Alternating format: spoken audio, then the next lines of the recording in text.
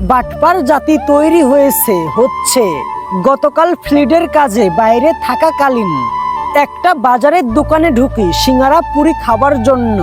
ছোট ছোট সিঙ্গারা পুরি, কোথাও 3 টাকা কোথাও 5 টাকা। আমরা খেয়ে বিল দেবার সময় সে হিসাব করলো 10 টাকা করে। ভাবলাম ভুল বলেছে, কয়েকবার জিজ্ঞাসা করে শিওর হয়ে নিলাম 10 টাকা করেই রেখেছে। তারপরে অটোতে উঠলাম, অটোওয়ালাকে জিজ্ঞাসা করলাম এখানকার সিঙ্গারা পুরি কি 10 টাকা করে? সে বলল না স্যার, এগুলো 5 টাকা পিস। নতুন মানুষ দেখে একটু ব্যবসা করে নিল।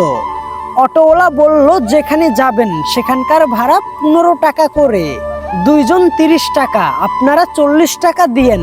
10 টাকা চেয়ে নিলাম, তার সততায় মুগ্ধ হয়ে গেলাম। ভাবলাম নিক 40 টাকা, অ্যাটলিস্ট বলে তো নিচ্ছে।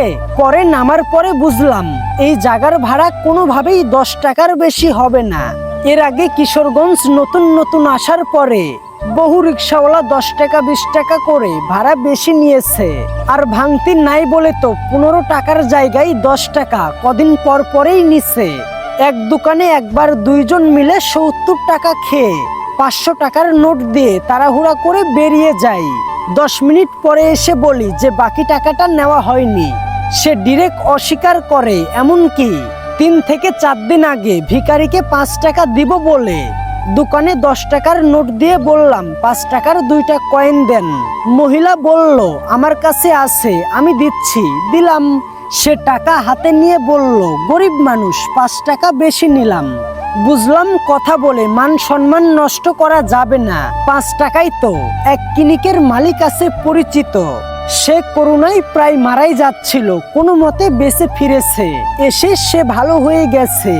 দাড়ি রেখে একবারে 5 ওয়াক্ত নামাজ পড়ে। তারপরে সে নামাজের দোহাই দিয়ে 1000টা মিথ্যা কথা বলে অসহায় রোগীদের কাছ থেকে অনেক টাকা হাতিয়ে নেয়। আমাদের দেশে এমপি, চেয়ারম্যান, মন্ত্রী, সমন্বয়ক, উপদেষ্টা সবাই আল্লাহর ওলি হয়ে আসবে।